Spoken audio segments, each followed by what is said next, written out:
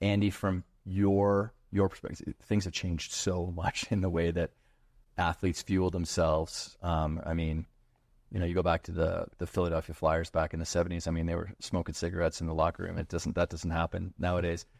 From your side of things, can you actually tell when an athlete does not have their nutrition dialed in? Can you tell when an athlete's smoking cigarettes? Yeah.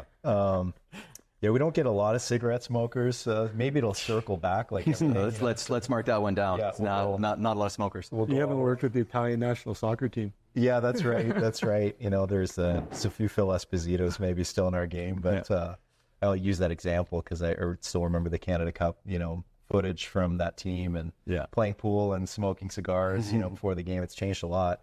But I would say you can. I mean, everything that you do mentally and physically, to be honest, affects every system in your body. So you can see a lot of things from players, from their skin tone to their tissue, to the way that they move, to the way that they sustain focus, the way that they sustain energy.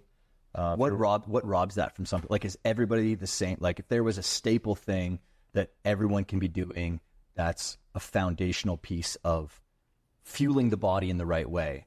Like, what are people might be lacking, or what could they do that's right?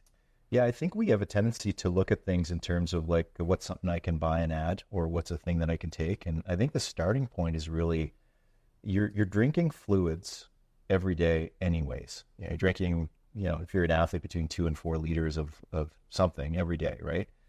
And you're eating food every day. So that's just a starting point. So just, you know, that's not going to change. That's a low-hanging fruit for me, you know. So just identifying what you're putting into your body on an everyday basis, I would start with that, as opposed to, hey, what's something I can like add, you know, for a supplement. Is just, let's look at the foundational, fundamental things that I'm doing.